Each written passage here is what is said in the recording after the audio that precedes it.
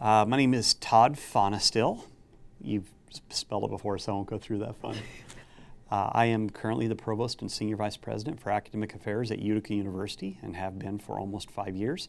And starting this August 1st, I will be the 10th President of Utica University. Quite happy and proud. Okay, so to begin, which you already did a little bit, but I'm going to ask you to expand it a little bit. Can you give us a timeline of your career leading up to this point? Absolutely. When I finished up graduate school at the College of William & Mary, this would have been back in 1998, I'd already taught at William & Mary a bit as a historian, but my first full-time job was at Clarion University, which is in western Pennsylvania, part of the Pennsylvania state system. I was hired as a full-time history professor. Arrived there in 1998 and spent 20 years there. During the 20 years, I was a professor of history for 15, and then through a national search, I became the Dean of Arts, Sciences, and Education. Was in that role for 2 years before they had an opening for Provost, and I became interim Provost during my last 2 years there, during which I applied for the Utica University Provost position. I interviewed here in 2017, was hired, and began my job here on June 1st, 2018, as the new Provost. 5 years later, here I am. All right. So what was your inspiration for applying for the president position here? You know, to become a president is something that I began seriously thinking about probably 5 years ago when I was applying for provost positions.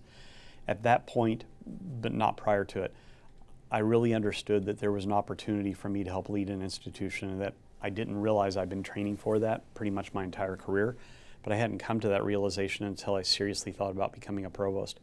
And then it was a matter of finding the right institution.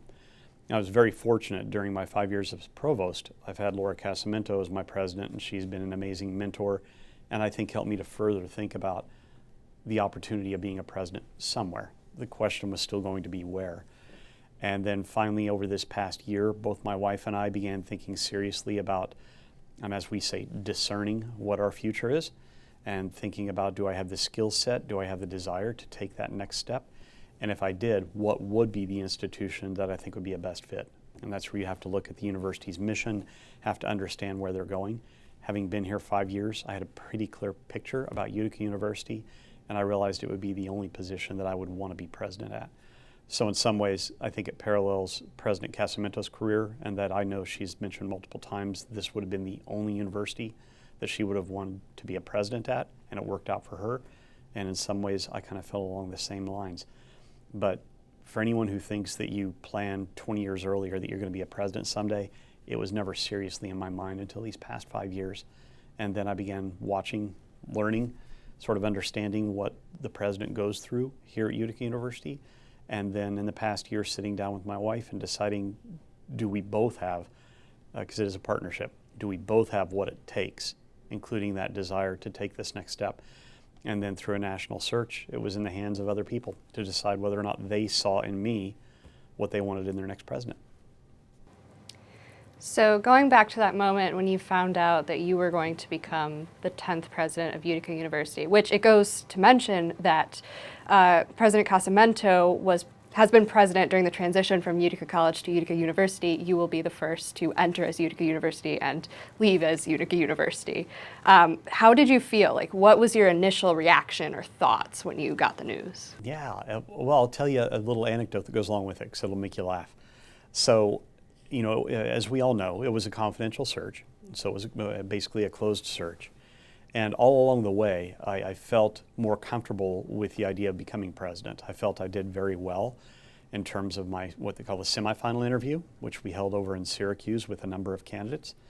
I felt equally well when I came through the finalist interview, but then the nerves set in. So I was very confident in that I was bringing everything to the table, and others would have to decide if that was enough. But I knew I was not leaving anything off the table. They saw everything I had to offer. And that's the confidence that you have to have of don't leave anything back, don't hold back, push forward. And if they want you, they're going to see exactly who they get. Then all of a sudden, it's sort of the realization, because of course being provost here, I knew that the trustees were going to be meeting over a period of a couple of days and more than likely making a decision. So that's when the nerves really set in, because I've done everything I can do and now it's in the hands of other people.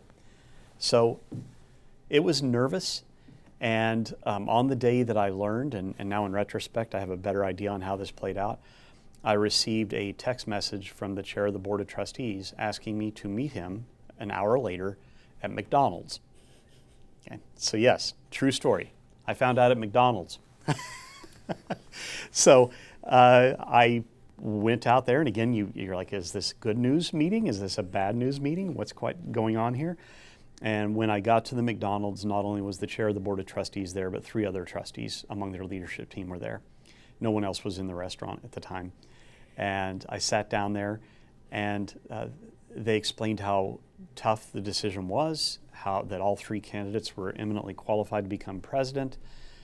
They told me how much they appreciated that I've said all along that I'm all in, no matter whether I become president or not. I'm here, I'm committed. If you find someone else who's better suited for the job, then I'm the luckiest provost in the world, and I can live with that. And they reiterated all of that, and almost a teasing fashion, and then they said, and when we just wanted to let you know that we've decided it's you, you're who we want. There's a wave of relief that comes over you that not only did you put everything out there, but a search committee, another panel of faculty and students saw something that resonated with them, and more importantly, the Board of Trustees, who are your boss when you're the president, they said resoundingly, we know it's you, and will you please commit to us? So I immediately said yes, and thankfully my house is about a block and a half around the corner, so I was able just to take the rest of the day off and go home to my wife and share the good news. It's exciting. You know, on a broader sense, I would say we have a lot of challenges. I think people are aware of many of these challenges. So once you get through the excitement of knowing you're going to be the next president, then it's a matter of rolling up your sleeves and saying, what can I do between, at that point it was mid-February or so, what can you do from February till August 1st to further prepare yourself to be ready to hit the ground running? So I'm glad that I've had this 5 months or so period with President Casamento to continue to work on that. And she's transitioning me into many more meetings now and to really understand what we need to do together moving forward. Well, that was a good ending for our next question. How would you say the transition's been going so far, and how do you think it will proceed over the next few months? You know, 2 points on that. First of all, I think it's going smooth. Part of the reason it's going smooth is I've been here 5 years as a senior vice president. So 99% of what goes on at a university, I either have learned, or I've had access to, or I've been involved in. So there's not very many surprises. In fact, if somebody asks me what surprises have come up, about the only thing is how much more a president has to drink from the fire hose, so to speak, because it comes at you really fast. And so I appreciate that Laura, even prior to this point, had included me in a lot of the decision-making processes, so it wasn't as much of a hard drink from the fire hose once it comes into play. So I think the transition is going really smoothly. If there was anything that truly has surprised me, it is the number of meetings that a president's involved in with external constituents. Because already Laura has been fantastic about including me in meetings with the county executive, Tony Picente, with Mayor Robert Palmieri, of course with the trustees, with more donors than I've been involved with before, with the community foundation downtown, meetings with the Nexus and the Adirondack Bank Center. Obviously we have strong connections down there as well. So I had always attended events before, but to be in the meetings now, you start to realize how much your calendar is going to fill up with those meetings as opposed to meetings that a provost has, which is primarily with faculty, with deans, doing the daily work. I think my work will transition more toward the big picture work, which makes it all the more important to have a solid provost and solid deans and committed faculty, because that work is equally important. Yeah. So kind of looking forward a little bit, can you give us some insight or some idea into when your inauguration will take place and what it might entail? Sure. In fact, I'm glad you used that phrase because I'm still wrestling with this. I know some universities call it an inauguration, some call it an investiture, some call it an installation. So I guess at first I decide with a group of people, what do we call it here? I'm not sure. Whatever it is, the early thoughts we have are to try to dovetail it with homecoming weekend. Mm-hmm. And I believe if we went back 7 years, that's exactly what President Casamento did. I think it was the day before, so probably that Friday, that she had her investiture. Has a nice ring to it. So I think we're looking at the same thing. I've had some people who work here suggest to do it on homecoming Saturday, have a ceremony, a swearing in or whatever you wish to call it, in the morning, and a big party right after the football game. But I'm very mindful that homecoming is all about the students, the groups, the activities. I really don't think I want to have it on homecoming. There's enough going on that's more important. So probably tentatively think about the day before, think about that Friday. Have a ceremony of some sort. I get to give some remarks, and then take the robes and the suits and the ties off, have a celebration. Students, faculty, staff, friends, family, whomever can make it. Let's have a celebration on Friday afternoon, Friday evening, then get a good night's sleep before homecoming hits. That's exciting. It is. I'm very excited about it. It's fun to think about it. We got a great team around here that'll plan it, but I get to have my fingerprints on it just a bit. Yeah, because there's some really good people from my career and my life that I want to be sure I get to invite. So I want to plan that in advance. In fact, again, a little side note, when I found out, again that day at McDonald's, and then we had to keep it sort of under wraps for over a week until a press conference could be arranged. And that was the hardest part because I literally could tell no one. My wife knew and I knew. I'm sure that some donors were informed, but again, that wasn't my place. My wife knew and I knew. I wasn't telling anyone else because they wanted to be sure the press conference was the reveal. But after the press conference occurred, 2 days later, I received a phone call from, I would say, the one person who I had to put at the top of the list was most influential in terms of me getting where I am today. And that was a former president of mine at my last institution, Clarion University. And he found out, I still have no idea how he found out, but he called me out of the blue. I think I was sitting in the Taco Bell parking lot when my phone rang, trying to grab a quick lunch, which is the other thing I've learned is you have no time for lunch when you're in that role. But he called, and it meant everything in the world to me because President Grunewald, Joe, I remember years ago being in his office, much like this, and sitting at a table much like this, and he motioned to his desk behind me, and he says, "You're going to be in that seat someday." He says, "I don't know if it'll be here or somewhere else, but you're going to be president someday." And that was 15 years ago, 17 years ago. And he called me up to see, I told you so. And we had a great conversation. And so I've asked Joe to come to inauguration. That would be, including my family, it'd be the most meaningful person to be able to join me there. And if he's willing, perhaps to introduce me. That would be really nice. That's really cool. Yeah. All right, so we're going to jump ahead a little bit again. Okay. What is the first thing you would like to do as president? Wow. Yeah. That's a great question. You think I would have prepared for this better? First thing I want to do as president, provided we're not thinking just on day one, but over those first few weeks. Besides homecoming day, when you're all partying and having whatnot. a good time. That'd be nice. Because I become president on August 1st, so I do that, and then we do the inauguration like 2 months later. So actually August 1, I'll be president. I think I want to spend, especially that first month, we'll say the month of August, I do need to reach out to a lot of people here at the university and start to understand their hopes, their concerns. Again, in many ways, I know them because I've been part of this now for 5+ years by the time we reach August. But I know we have challenges, and that scares some people. And so I want to understand what is it that concerns them so I can allay those concerns and explain how we're going to move forward. I also know that everyone, and this includes, even when you talk about a president or a provost, morale has taken a hit here at the university. And I'm tired of blaming COVID. It's too easy to say that it's all a result of COVID, but there is no denying the fact that COVID took a hit out of everyone. Mm-hmm. And recovering from COVID and trying to get back to some idea of normal has been very challenging. If anything, we can learn a lot from our students because I think our students are the most resilient bunch, and they are the ones who are now saying, we're ready to have fun again. We want to enjoy college again.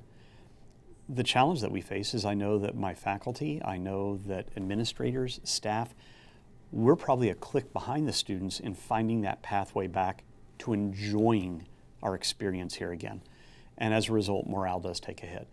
So I want to speak with everyone, and I can do that really even before August, talk to the staff and understand, again, where their hopes are, where their concerns are, and how can we get them back to enjoying the job that we have. need to talk to my faculty. How can I help you to enjoy, again, what we do best here, your teaching, your research? And to learn from our students, again, because I think they have fast-tracked it to getting back to an idea of we want to enjoy ourselves. We want to bring fun back into college. So when I say morale, that's a pretty lofty phrase. I'd like to kind of bring it down to a common level. I want everybody to have fun again. Students should have fun while they're learning. Faculty should have fun while they're teaching and doing their research. And staff should have fun coming to work every day knowing that this place operates because they are here 8 to 5 making this place roll. And I want everybody to be excited when they come to work every day. I want everyone to be exhausted at the end of the day because it means they gave it their all. And then wake up the next day and be excited and ready to go again. It's like, I want it to be the amusement park ride that after you do it, the roller coaster, you're like, that was great. And you're like, do it again, and you're running back to get back in line. And you're going to keep doing it again and again because it's so much fun. It's what I want. And the university is kind of like a roller coaster and has its ups and downs, but let's enjoy the moment. So a lot of it will be talking and reaching out to people, getting out of these offices, getting into their workspace, getting into students' living space, and talking about what is going to make this the fun experience that it really should be for everyone, whether you're an employee or whether you're a student. And then as a side note, but a very important side note, there are there's difficult, challenging work ahead to be sure that Utica University is here for another 50 years, 75 years in terms of financial challenges and other challenges. It can't all be fun, but there's no reason we can't have fun while we're also doing the hard work to make sure this institution remains what it's become, and that is a preeminent private institution in Central New York that is a first choice for students to be here. So you've done it again. I tried. You predicted my next question.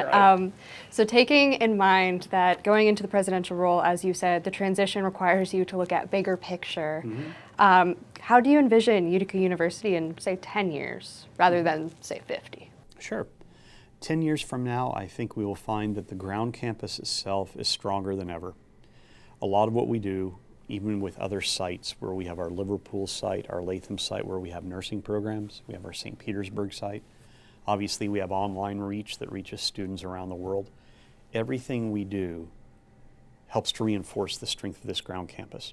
So 10 years from now, you will continue to see a vibrant, strong ground campus full of students, all of the residence halls full, no empty space in the residence halls like we have right now. And you will find faculty who are here in those hallways, in those classrooms, in their offices, engaging with students in that face-to-face fashion that we've come to know and love here at Utica. So we're going to get back to that. Again, COVID took a hit when we went virtual. It's been difficult to get that life face-to-face back in there. We will have that, and it won't take 10 years to get there. We will get it quickly. So that's one piece. Second piece is I think you will find that Utica University will, by that point, have become a destination of first choice for students. I know today if I walk around and was able to poll all 4,000 or so students to say, was Utica the first choice on your list when you were thinking colleges? Some will say yes and some will say no. In 10 years, every student is going to say, yes, this was my first choice. In 10 years, there will be students who will not have the opportunity to be here because we'll be full and have to say, I'm so sorry. But other students with a first choice grab these spots.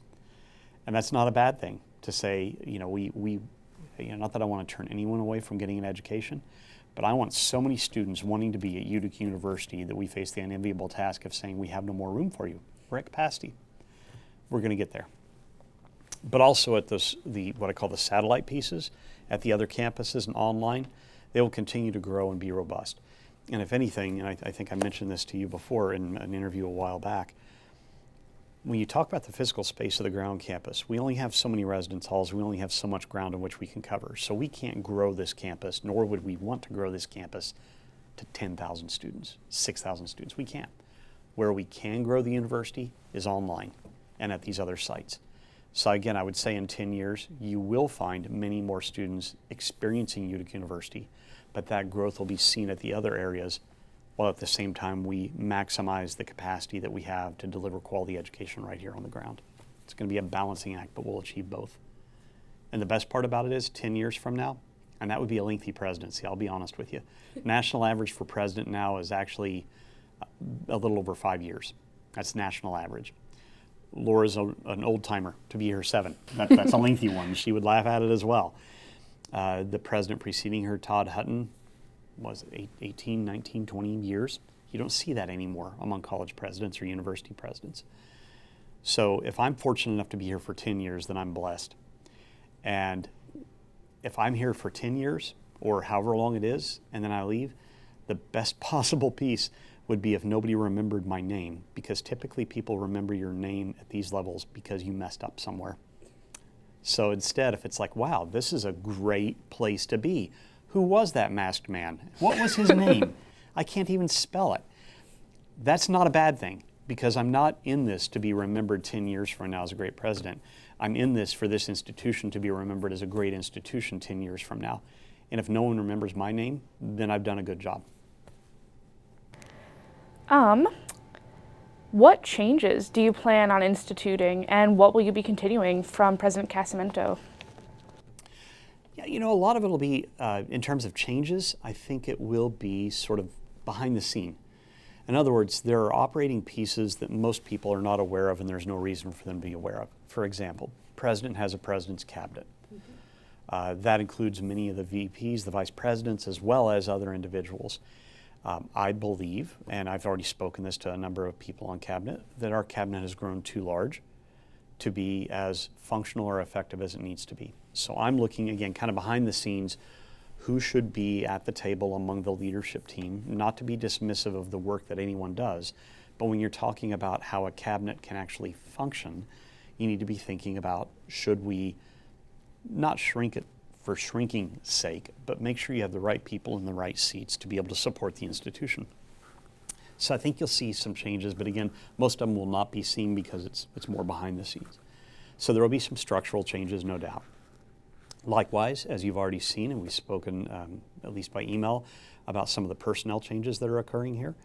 With Dr. Gates, our Senior VP for Enrollment Management, as well as Student Success, moving on to another institution, we're rethinking that position.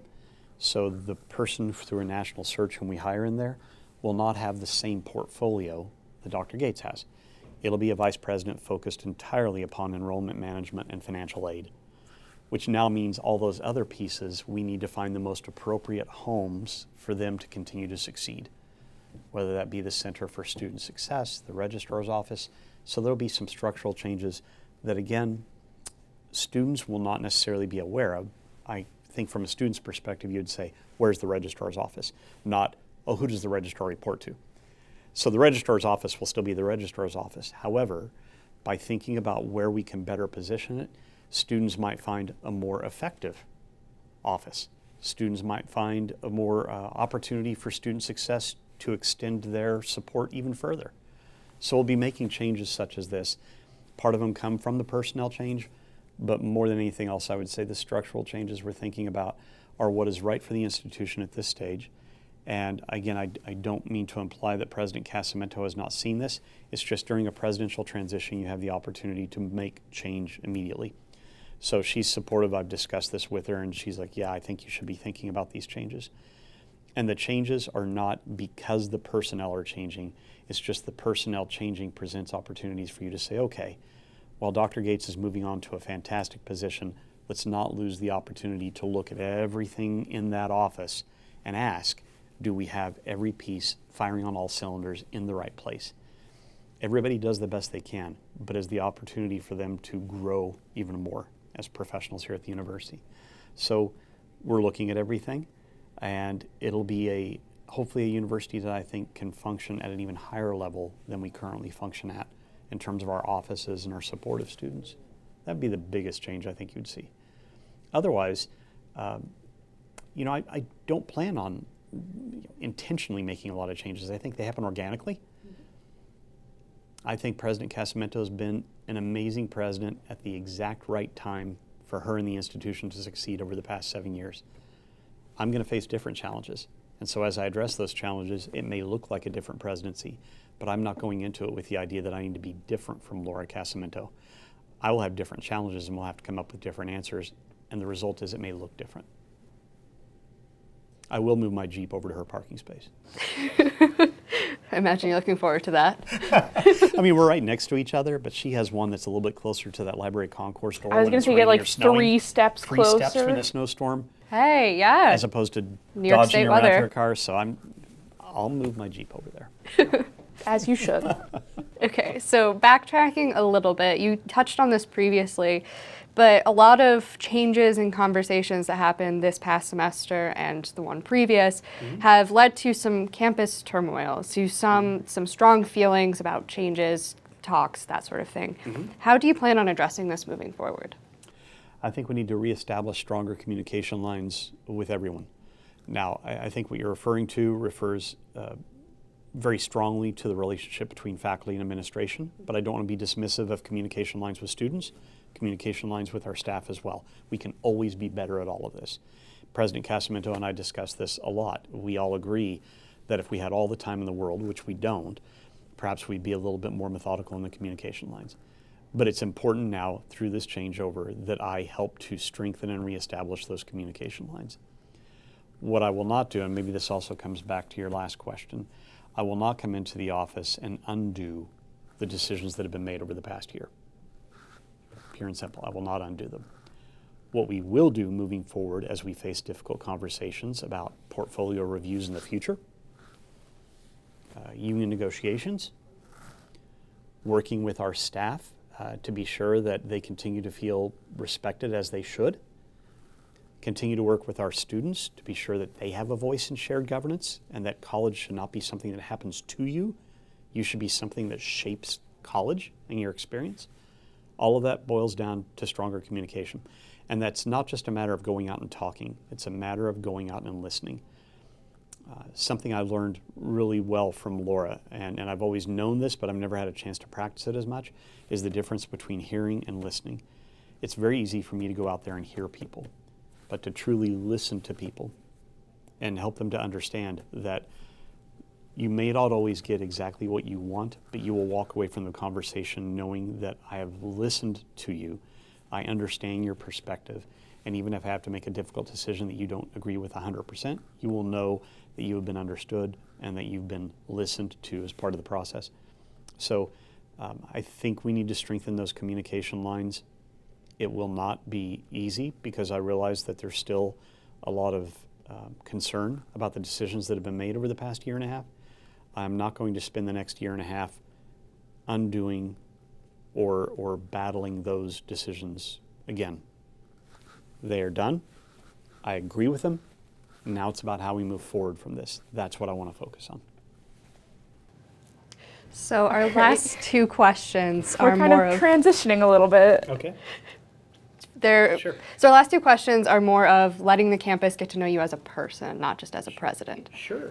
So, I think we should go with 11 first. okay. So can you give us 3 fun facts about you? Oh, wow. Make sure I don't embarrass myself. 3 fun facts about me. What should the people know? What should the people know about me? Wow, I should have prepared. You guys are supposed to give me homework so I can think about this. Well, you've already touched upon one just before we began the interview. I want people to know that I am a huge comic book fan. I have a huge comic book collection. I don't add to it anymore. I stopped adding to it, but what I have is significant. And it's great because I think students, especially in this age of the Marvel Cinematic Universe and the far lagging behind DC Cinematic Universe, which I hope captures up to them someday, that it's great to see students coming to the university today who are so tied into the same heroes and villains that I was tied into back when I was your age and younger. And so it gives us a common point of discussion. I have given talks here at the university to our incoming freshmen about lessons you can learn from Marvel Cinematic movies. I don't know if either of you had a chance to attend a freshman convocation where I got up there and spoke about the lessons you learn from Marvel movies. And to see people light up, that means a whole lot to me. So I'm glad that what I might say back in my day was kind of the nerdy, I read comic books and I attend comic book conventions. I may not do that anymore, but it still gives me a little big opportunity to connect to our students today. So Love my comics, and anyone who wants to come by my office can get a little sample of that. So that would be one. Second one. You guys are making it tough on me. I shouldn't measure my words, right? I shouldn't say that.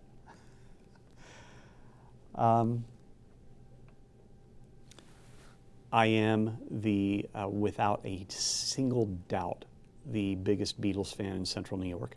I would even say New York State. And I would stack up my Beatles collection against anyone, anywhere, any day, including my knowledge of the Beatles. This is something that I came to naturally back when I was in high school, but it's grown since then. And so both in terms of Beatles memorabilia, Beatles albums, the solo years, the Wings years, I have, and I'm a vinyl collector, big time vinyl. So I have every vinyl ever made of every Beatles album, every Paul McCartney, John Lennon, Ringo Starr, George Harrison, bootlegs, that's illegal. I have it all. And I listen to it regularly, so my wife supports that. So, and third fun fact about me, or you want to get to know me,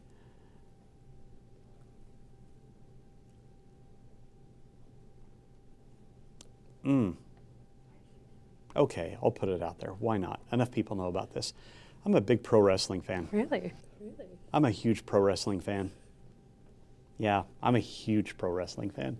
I don't get to watch it as much as I used to, but you need to understand that back when I was, again, 6, 7, 8 years old, some of my fondest memories of my father, he's passed on a while ago, a long time ago. Some of my fondest memories were being with my dad on Saturdays, watching the 12 noon, 1-hour TV show on wrestling, and then once a month going to the local fairgrounds when the live shows would come and being there with my dad. It really is still something that I find meaningful, but I don't watch it. It's on like every night of the week anymore. I don't go to live events anymore. But there are times I still think about, at times, thank God for YouTube, right? You can go back and see some of the old shows from the 1980s, 1970s when I was a little kid. So I still remain a pretty huge pro wrestling fan. And I realize some people might say, well, that's not very becoming of a president. But when you understand, even here, we have one of our great philosophy faculty here has written an amazing book on professional wrestling. One of our great communications faculty, Professor MacArthur, is not only a fan, but a professional in terms of thinking about pro wrestling. So it has become a body of knowledge. And that's how I justify the fact that, yeah, every so often, if my wife's out of town at her job, I'll turn on Monday Night Raw and sit and enjoy it for a couple of hours. It's a little small hidden vice. It's better than saying that my favorite TV show is Andy Griffith. Maybe that's fourth fact number. Yeah, that I will sit and watch reruns of Andy Griffith. You sound just like my dad. Yeah. Okay. Well, that is all we had for you today. Thank you so appreciate it. much. Of course. Look forward to working with you in any capacity moving forward, too. Yeah. Thank you again as well. Thank you.